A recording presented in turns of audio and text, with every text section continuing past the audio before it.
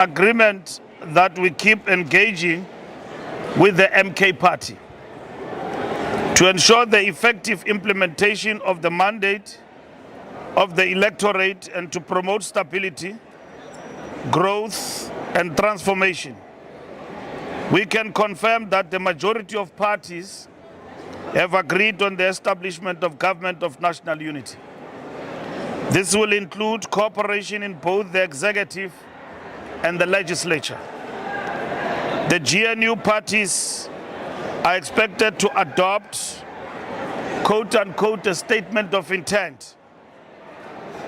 The 2024 Government of National Unity, which outlines foundational principles, a basic minimum program of priorities and modalities of the GNU.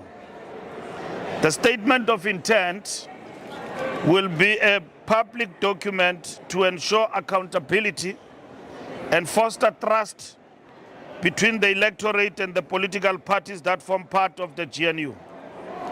In addition, the parties have made a commitment to an all-inclusive national dialogue process with parties, civil society, labor, business, and other sectors to discuss critical challenges facing the nation.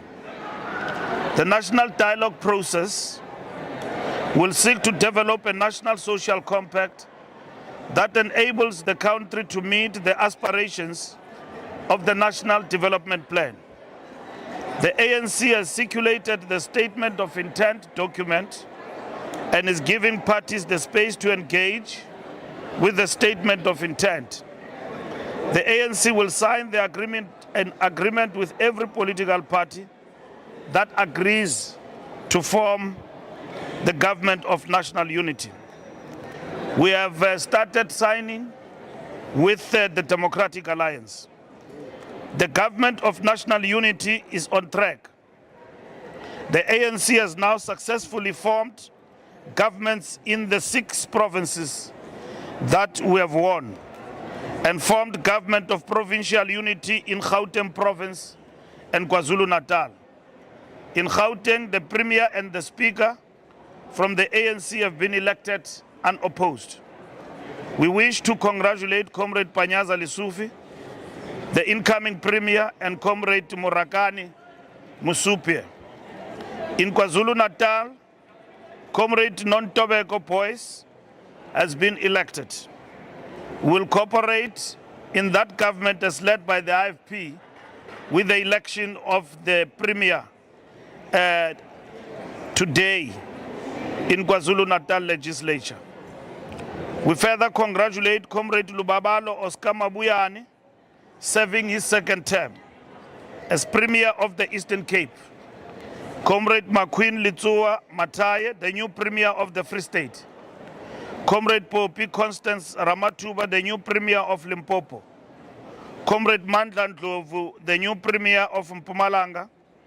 Comrade Kagiso Mukhosi, the new Premier of the Northwest Province, and Comrade Zamani Saul, the Premier of the Northern Cape, serving his 2nd term. We wish to also bring to your attention that the ANC have appointed in the National Parliament Mtumiseni Ntuli as the new Chief Whip of the African National Congress. Comrade Togoti Tiza is now contesting, and we are waiting for the results, to become the new Speaker of the National Assembly. Thank you very much. Thank you, SG. We now turn to questions. Okay, I have a question. I'm sorry, I'm on the floor.